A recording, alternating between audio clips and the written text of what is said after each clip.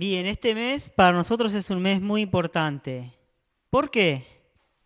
¿Qué es lo que estamos viendo en el desayuno?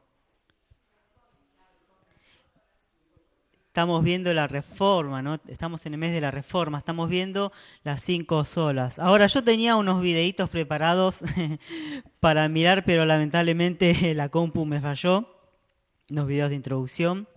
Pero quiero que en esta mañana me cuenten un poco de aquellos hermanos que saben. Yo sé que muchos son fanáticos de la reforma, muchos estudiaron la reforma, hay unos que se están riendo.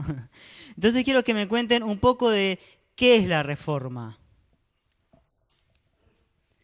¿Qué es la reforma? ¿Qué fue la reforma? ¿Cri? ¿Hermanos? Me sorprende, hermanos. Un cambio. Oye, qué respuesta, muy, muy, muy elaborada. Hermanos, ¿qué pasó en la reforma? Vamos, sin vergüenza. ¿Qué? ¿Estamos dormidos?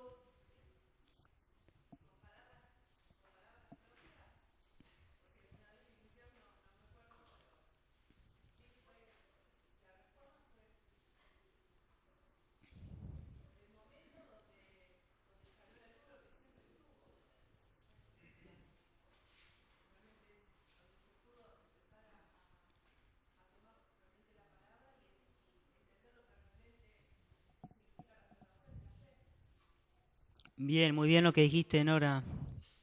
Es un pasar de las tinieblas a la luz, ¿no? ¿Qué más me pueden decir de la reforma?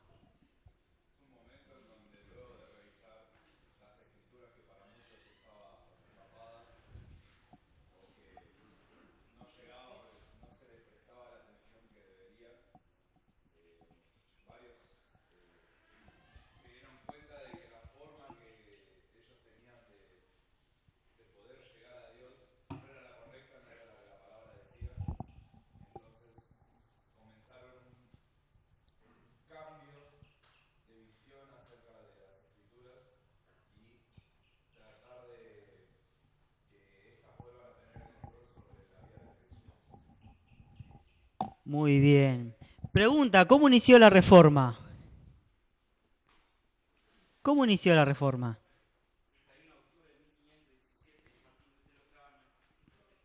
Muy bien, el pastor, bravo. El pastor estudió, ¿eh? El pastor estudió bien. Entonces, como dijeron los hermanos, la reforma protestante fue un movimiento que se dio, y lo que hizo este movimiento fue traer un cambio en la iglesia. Eh, Bien, aquellos que se congregan hace tiempo en nuestra iglesia habrán notado que nosotros frecuentemente mencionamos el tema de la reforma. Decimos que somos una iglesia que tiene teología reformada. Se habla mucho de los reformadores dentro de la iglesia. Hablamos de Martín Lutero, de Juan Calvino. Muchos hermanos de nuestra congregación dicen que son reformados. Es decir, la reforma protestante es muy importante para esta iglesia, ¿no? Ahora, porque nosotros como iglesia creemos que es importante la reforma protestante. Vamos a la siguiente PowerPoint.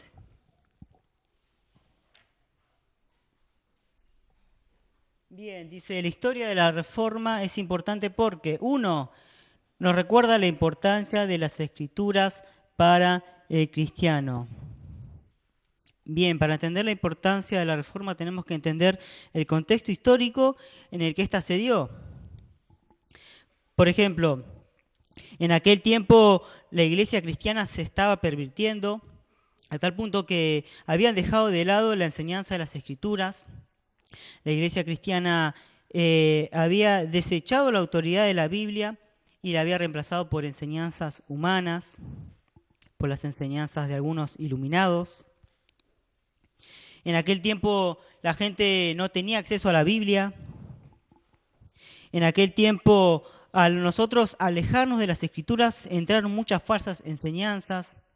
Por ejemplo, se estableció un papa, ¿no?, que era el representante de Dios en la tierra. Un papa que lo que decía era infalible. En aquel entonces se estableció las oraciones a los santos, por ejemplo, que hoy día sigue estando en la Iglesia Católica. Todo esto provocó el alejarnos nosotros de las Escrituras, ¿no? Bien, lo que hizo la Reforma Protestante es poner la autoridad de la Biblia en alto de nuevo. Lo que hizo fue desechar toda enseñanza humana y centrarnos y llevarnos a la centralidad de las Escrituras, ¿no?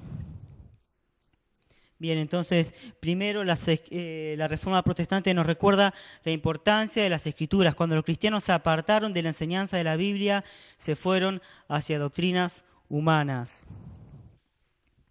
Segundo, la Reforma Protestante es importante porque nos enseña que los errores que combatieron los reformadores siguen presentes. Es decir, han pasado muchos años desde la Reforma Protestante, pero los mismos errores que los reformadores combatieron, hoy mismo lo vemos en la Iglesia. Y esto es aún peor en nuestros días. ¿Por qué? Porque los reformadores en aquel entonces protestaban contra la Iglesia Católica, protestaban contra las herejías que esta Iglesia enseñaba. Pero ahora, hoy día, en la actualidad, esos mismos problemas que los reformadores combatieron están hoy en muchas iglesias protestantes. Es decir, dentro de nosotros ahora tenemos el mismo problema. Por eso es importante para nosotros estudiar, ¿no?, y comprender la Reforma. Bien. También en lo personal, para muchos de nosotros en nuestra congregación es importante la Reforma. ¿Por qué? Porque muchos de nosotros en algún momento nos sentimos identificados con Martín Lutero. Es decir, muchos de nosotros venimos de iglesias donde se habían apartado de la enseñanza de la Biblia, iglesias donde no tenían un papa, pero tenían un pastor incuestionable, un pastor que inventaba enseñanzas humanas. Muchos de nosotros venimos de iglesias donde la enseñanza de la Biblia era pisoteada, la autoridad de la Biblia era pisoteada y los hermanos se volcaban a doctrinas de hombres, se volcaban a revelaciones privadas, se volcaban a sueños y a visiones. Muchos de nosotros venimos de iglesias donde aquellos hermanos que estudiaban la Biblia eran mal vistos, les decían que eran muertos por la letra, una frase muy común. Venimos de iglesias donde se corrompieron a causa de las falsas enseñanzas, ¿no?, y se volcaron a prácticas no bíblicas. Entonces muchos hermanos también, al conocer la Reforma, se identificaron con esto, ¿no? La Reforma Protestante es importante porque nos enseña 5 pilares del cristianismo, 5 doctrinas fundamentales. Nos enseña 5 doctrinas que no podemos negociar. Son doctrinas distintivas de la fe cristiana. Es decir, hay doctrinas en las cuales nosotros podemos compartir y tener comunión. Por ejemplo, hay diferencias entre cuándo va a venir Jesús. Algunos dicen que antes de la tribulación, otros dicen que después. Hay diferencias, por ejemplo, en cuanto a la dicotomía o tricotomía del hombre. Los viernes con los grupos pequeños estamos estudiando la Biblia y a veces tenemos diferencias, ¿no?, en temas secundarios, en doctrinas que son secundarias. Sin embargo, podemos tener comunión. Sin embargo, aquí estamos hablando de 5 doctrinas fundamentales del cristianismo, 5 doctrinas que nosotros no podemos negociar. Bien, y a modo de repaso, vamos a ver las olas de la Reforma que vimos en las clases anteriores. ¿Bien? En la anterior. De la anterior. Bueno, estas son las 5 solas de la Reforma, me lo salteé. Primero, la sola Escritura. Segundo, la sola Fide. Tercero, la sola Gracia. Cuarto, solus Christus. Y 5, solideo Gloria. Ahora sí, el siguiente PowerPoint. Bien, como repaso vamos a ver la primera sola que nosotros vimos, que en mi caso es mi favorita. La sola escritura, ¿no? Que dice que solo la palabra de Dios tiene la autoridad para decirnos qué creer y qué practicar. Bien, como dije, en los tiempos de Martín Lutero, las personas creían que la Biblia no era suficiente, sino que también se basaban en las tradiciones, se basaban en el magisterio. Sin embargo, nosotros creemos que solo la Escritura tiene la máxima autoridad para decirnos en qué creer y qué practicar. Esto lo vemos en 2 de Timoteo 3:16. Vamos al versículo. Bien, Carlos, ¿puedes leerlo? Toda la escritura es inspirada por Dios y es útil para enseñarnos lo que es verdad y para instruir y para hacernos ver de recién. Pobre, lo agarré sin anteojo. Bueno, lo va a leer Ada, que es su ayuda idónea.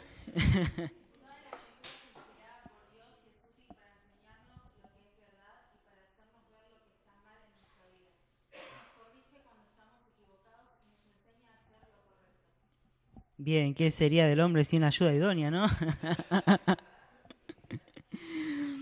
Bien, el contexto en el que habla el apóstol Pablo es interesante porque está hablando en un contexto donde en la iglesia estaban entrando falsas enseñanzas, ¿no? Habían falsos maestros que se estaban introduciendo en la iglesia y estaban queriendo pervertir la fe. También el apóstol Pablo escribe en un contexto donde había diferentes fuentes de información. Por ejemplo, estaba la filosofía, estaba la tradición oral judía. Entonces, el joven pastor Timoteo podía caer en el error de usar para enseñar la escritura y además basarse en otras fuentes, ¿no? Sin embargo, Pablo, en su sabiduría e inspirado por Dios, le dice que no, que tiene que basarse solamente en la escritura. Dice toda escritura. No dice toda escritura y la filosofía, no dice toda escritura y la tradición oral judía.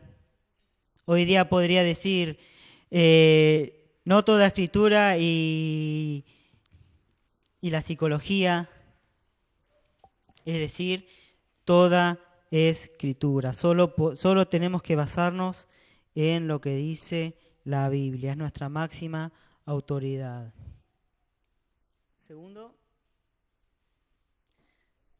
Segundo, sola fide o sola fe, que dice que la salvación es solo a través de la fe en Cristo Jesús. Vamos al versículo. Bien, lo va a leer Abby.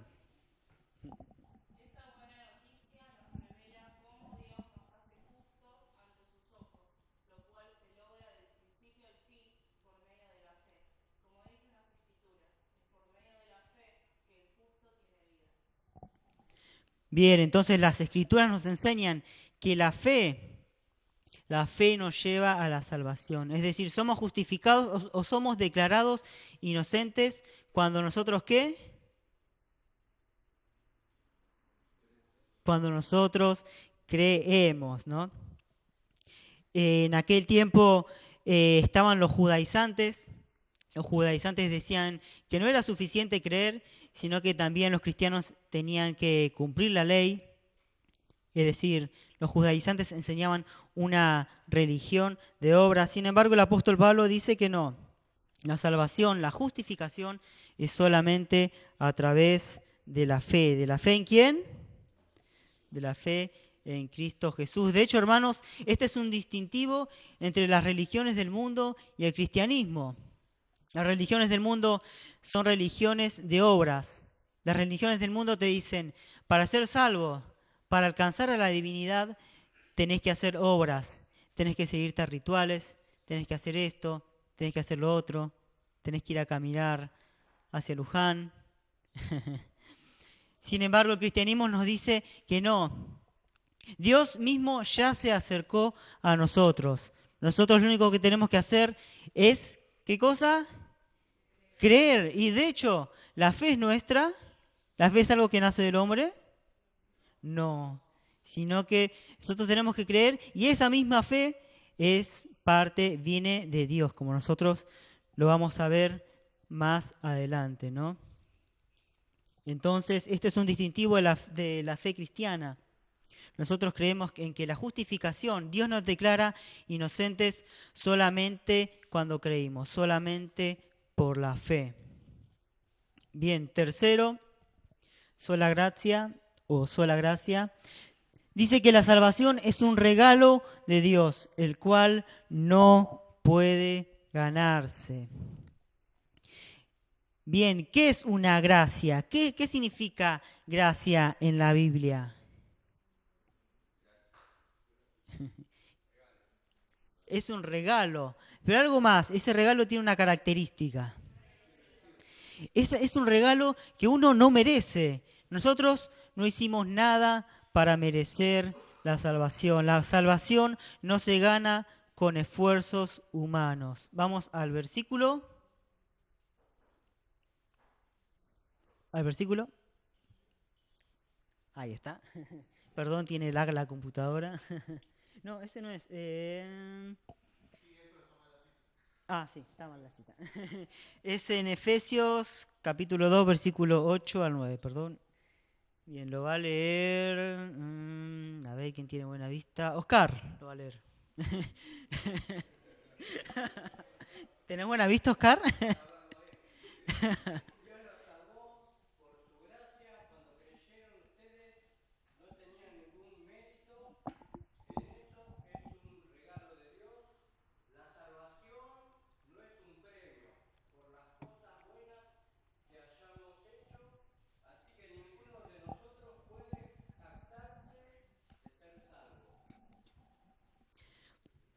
Bien, el texto es muy claro. Nosotros no podemos ganarnos la salvación a través de nuestros esfuerzos. La salvación no es algo que nosotros podemos ganar con obras. De hecho, dice al final que ninguno de nosotros puede jactarse de ser salvos. ¿Por qué? Porque nuestras obras no nos conducen a la salvación. La salvación es solo un regalo de parte de Dios, ¿no? Y cuarto, vamos al cuarto que hoy vamos a ver, que es el punto de la mañana, es solus Christo, es decir, solo Cristo. Que por favor no lo confundan con la herejía de los unicitarios. Esta doctrina dice que Jesús es el único y suficiente mediador entre los hombres y Dios. Solo a través de Jesús hay salvación. Bien, entonces este punto nos enseña que solamente a través de Jesús podemos alcanzar a Dios Padre, podemos estar en la presencia de Dios. Bien, en el tiempo de Martín Lutero, la Iglesia Católica enseñaba que había diferentes caminos para llegar al Padre. Habían diferentes mediadores entre nosotros y Dios. Por ejemplo, un mediador entre los creyentes y Dios era el Papa. Otro mediador también era María, ¿no? La cual era una intercesora, según ellos, y hoy día lo siguen creyendo. Entonces, ellos enseñaban que no podíamos ir directamente a Dios, no teníamos libertad de acceder a Jesús, sino que teníamos que usar ciertos medios. Ahora, cuando los reformadores se volvieron a las Escrituras, ellos estudiaron y se dieron cuenta que en realidad no es así. Es solo a través de Jesús que nosotros podemos acceder a Dios. Solo a través de Jesús nosotros somos reconciliados con el Padre. Y esto lo vamos a ver a la luz de Juan 14, versículo 1 al 7. Perdón, versículo 1 al 6. Lo va a leer, a ver a quién le toca, a David que recién llega, David va a leerlo. Acá lo tenés, ¿eh? No se ve. Bueno, alguien que pueda leerlo, alguien que tenga buena vista. Gaby, lo va a leer Gaby. Gaby sí tiene buena vista, ¿no?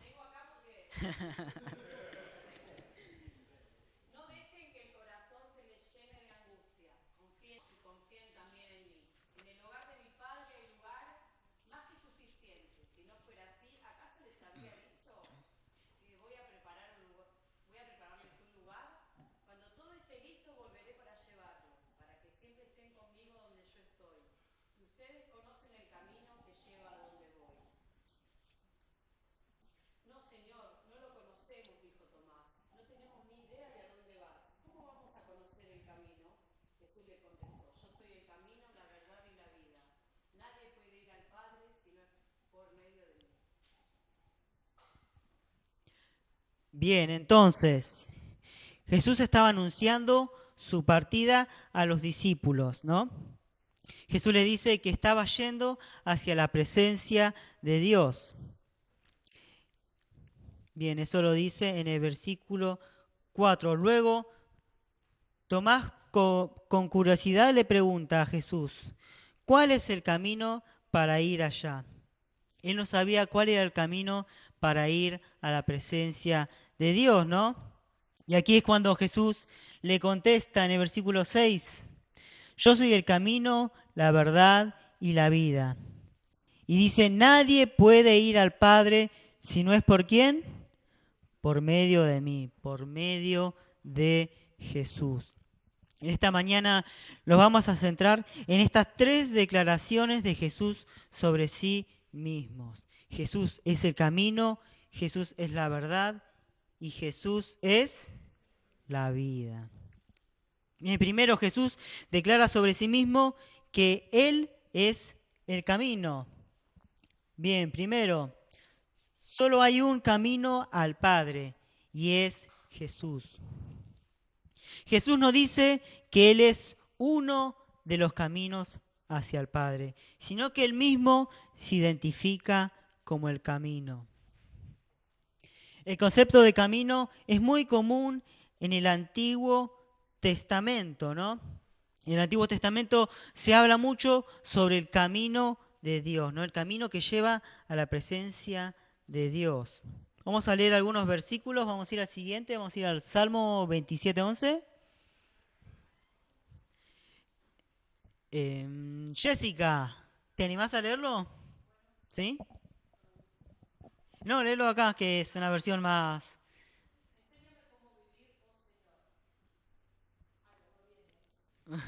Uy, la próxima vamos a... Bien, bueno, la próxima vamos a subir el tamaño de las fuentes.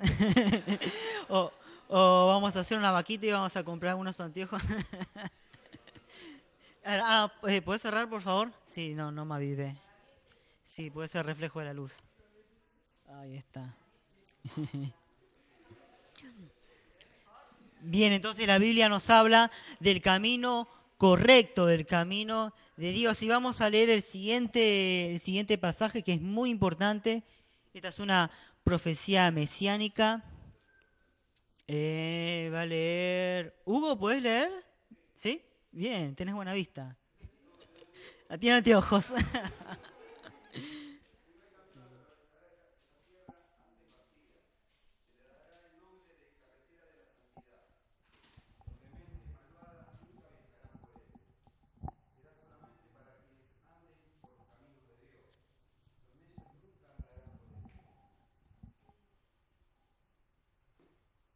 El siguiente.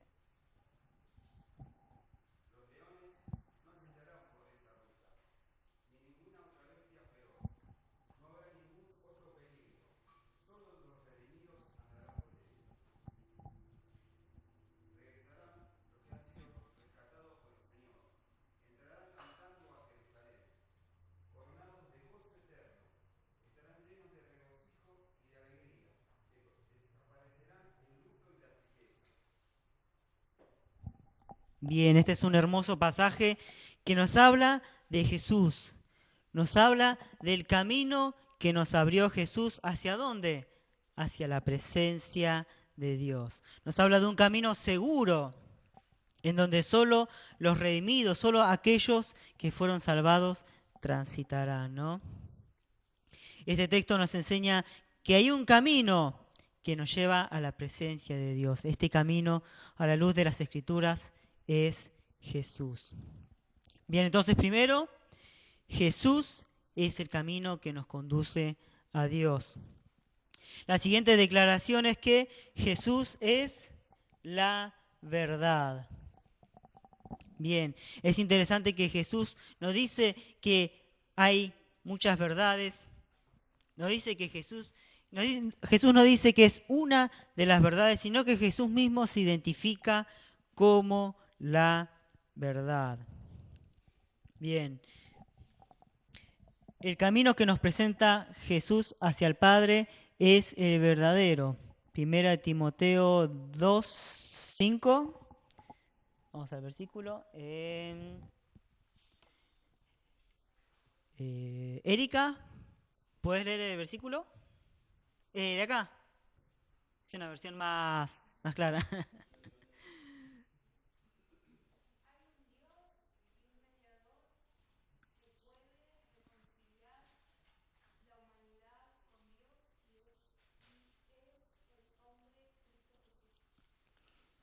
Bien, el texto es muy claro. Solo hay un mediador que puede reconciliarnos con Dios. ¿Quién es ese mediador? Es Jesús, no hay otro. Solo Jesús es el camino de verdad. Solo Jesús es el camino verdadero. Ahora, pregunta, ¿hay otros caminos? ¿Hay caminos falsos que dicen llevarnos a Dios, pero en realidad no nos llevan? Sí, muy bien, tenemos que tener cuidado, porque así como hay un camino verdadero, también hay muchos caminos falsos, muchos caminos que nos prometen alcanzar a Dios, sin embargo, solo nos llevan a la condenación.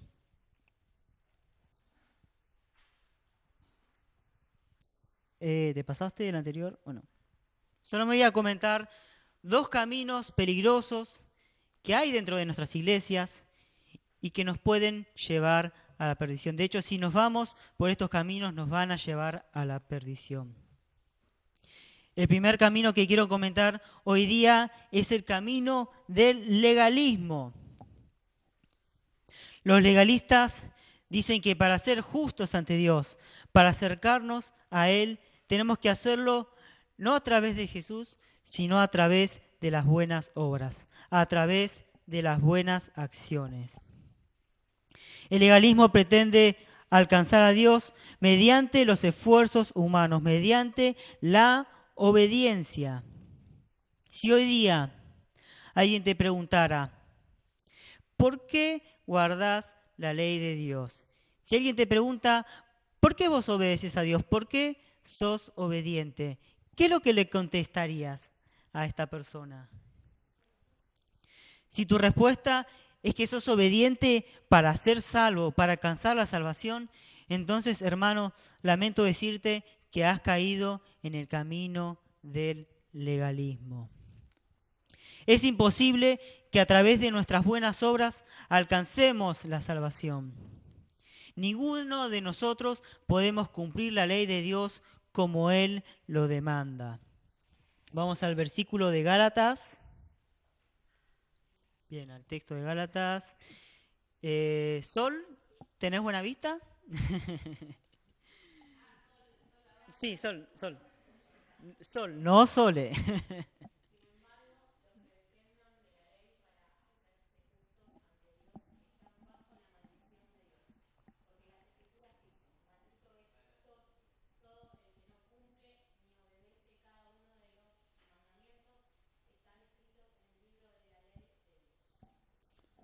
Bien, el texto es claro, hermanos.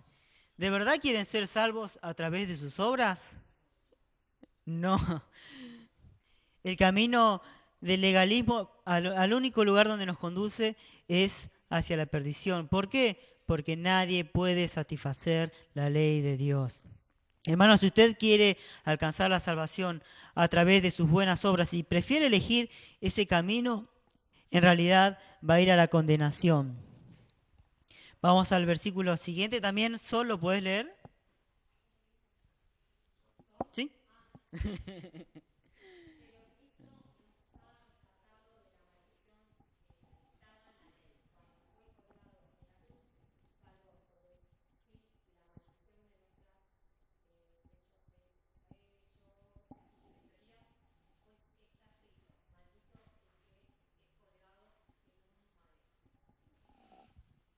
Bien, entonces el texto es claro, es solamente a través de Jesús, no es por las obras, es a través de Cristo.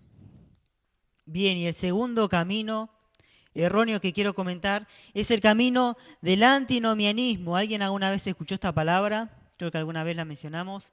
El camino del antinomianismo. Anti significa en contra, nomos significa ley. Las personas antinomianas, los antinomianos, son personas que se abusan de la gracia de Dios. Son personas que toman esta verdad de que no somos salvos por las obras, sino por la fe. Pero ¿qué pasa? Lo llevan al extremo. Al llevar esta verdad al extremo, caen en el error. Estas son personas que viven en libertinaje, viven totalmente abiertos al pecado total. Dios nos perdona. Estas personas usan la excusa de la gracia de Dios y el perdón para justificar su pecado. Y así estas personas anulan la importancia de obedecer a Dios. Estas personas lo que hacen es anular el llamado que todos tenemos a santificarnos. Es decir, nosotros somos justificados, somos declarados inocentes ante Dios ¿a través de qué? ¿A través de qué lo vimos? De Jesús, bien. ¿Y de qué en Jesús? A través de la cruz, sí. ¿Y qué más tenemos que hacer? A través de la fe. Somos declarados justos, inocentes, es decir, a través de la fe.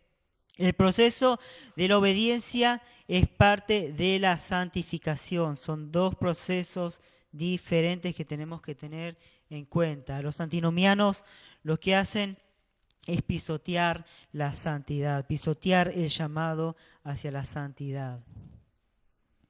Una vez yo charlaba con un hermano de otra congregación y, bueno, hermano, no sé si se le podría llamar hermano, pero esta persona me contaba que estaba muy enojada con otra y me decía que si se daba tal situación, esta persona iba a llegar a los golpes, o sea, esta persona lo quería golpear. Y luego de decirme esto, esta persona decía, luego de golpearlo, le pido perdón a Dios.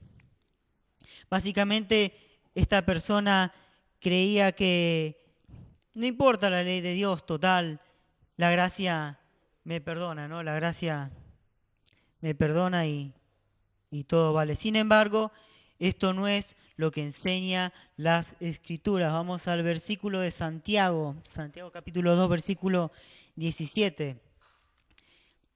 Como muchos sabrán, el libro de Santiago es una exhortación tras otra. Santiago se dirige a un público bastante complicado. Eran unos hermanos que decían ser cristianos, sin embargo, con sus obras ellos demostraban lo contrario.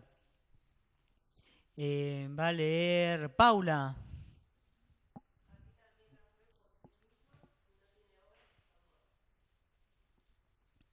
Bien, importantísimo. Si decimos que creemos en Cristo, nuestras obras tienen que dar testimonio de esta fe. No podemos decir que somos cristianos, sin embargo, no crecer en santidad o no trabajar en la santidad. La fe verdadera y las buenas obras vienen acompañadas, ¿no? El camino del antinomianismo nos presenta un falso Jesús, un Jesús permisivo, un Jesús el cual no te corrige, sino que te deja vivir como vos querés. Este es un falso camino. Solo a través del Jesús revelado en la Biblia es que tenemos acceso al Padre. No es por nuestras obras, no es por un falso Cristo, sino es solo a través del Jesús de la Biblia.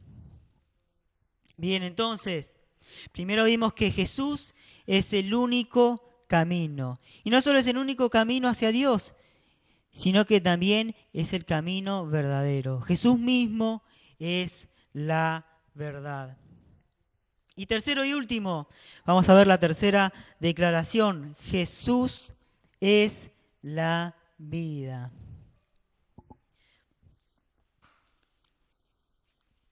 Bien, yendo a la historia de la creación, en el huerto del Edén el hombre pecó y Dios le había dicho que había una consecuencia por su pecado. ¿Cuál era la consecuencia? que Dios le dijo. La muerte. Bien, entonces a través del pecado de Adán y Eva, ¿qué entró a la humanidad? La muerte. Es decir, la muerte no solo alcanzó a Adán y a Eva, sino que a todo el mundo. Bien, y allí en la caída hay una profecía. Hay una hermosa profecía. ¿Cuál es esta profecía que Dios nos dice? Dios promete un redentor. ¿Y de dónde vendría este redentor? De la simiente de ellos, ¿no?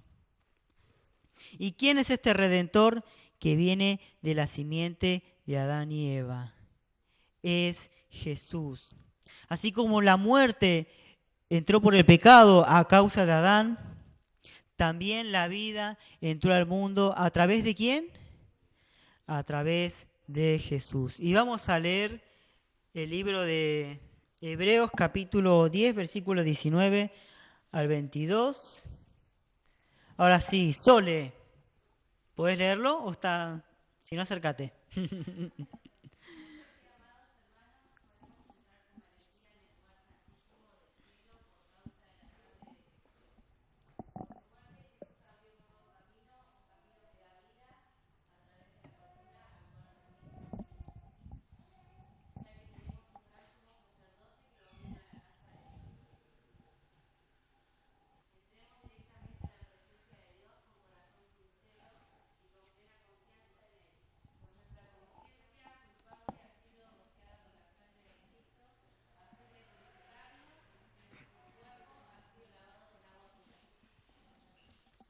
Bien, este texto es hermoso. Este texto nos enseña que el sacrificio de Jesús nos abrió un camino. ¿Hacia dónde?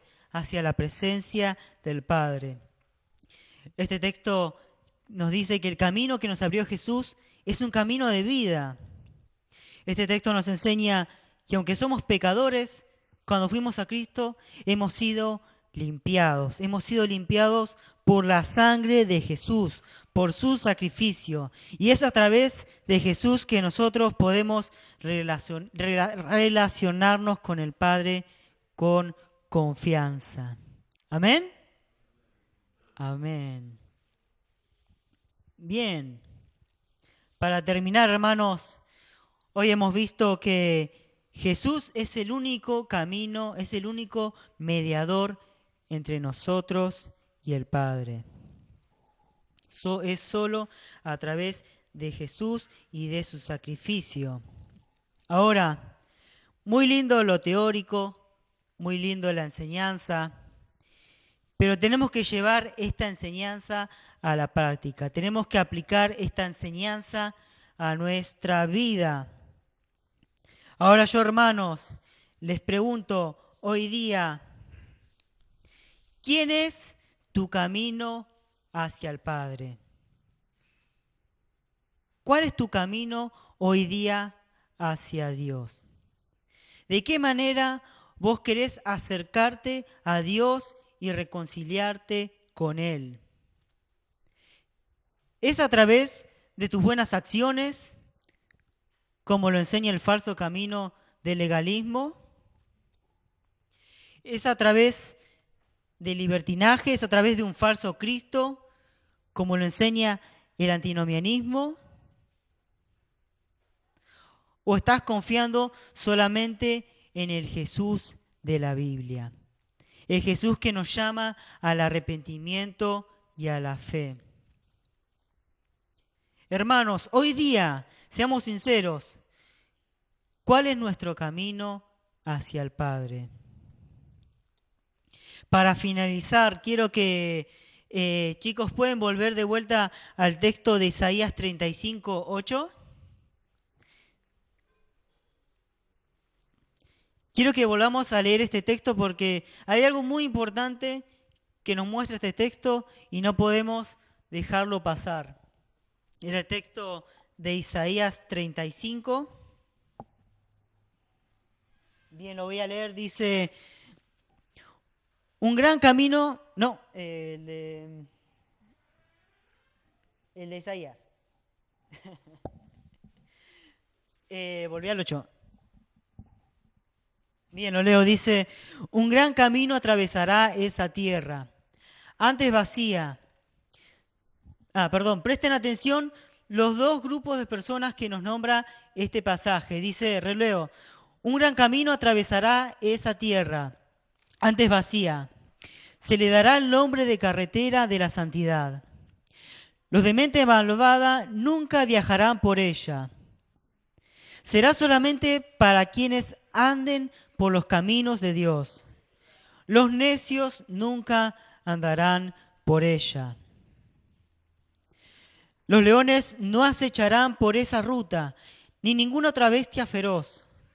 No habrá ningún otro peligro. Solo los redimidos andarán por ella. Regresarán los que han sido rescatados por el Señor. Entrarán cantando a Jerusalén, coronados de gozo eterno. Estarán llenos de regocijo y de alegría, y desaparecerá el luto y la tristeza. Este texto nos enseña y se centra, primero, en aquellos que caminan en el camino de Dios, en aquellos que caminan en el camino de Cristo. Recordemos, Jesús es el camino. Bien, estas personas tienen un fin, estas personas fueron redimidas e irán al gozo eterno. Pero también este pasaje nos habla de otro grupo de personas. Este texto nos dice que hay personas que son malvadas, personas que están fuera de este camino. Son personas que se rebelan contra Dios, cuyo fin será la condenación justa por sus pecados. Dice la Escritura que Dios es un Dios justo y es un Dios que no dará por inocente al culpable.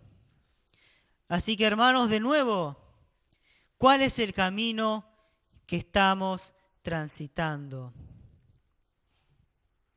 Si hoy, hermano, te diste cuenta que en realidad no estás caminando en el camino de Dios, sino que estás caminando en la perdición, yo en este día te invito a que camines en el camino de Cristo.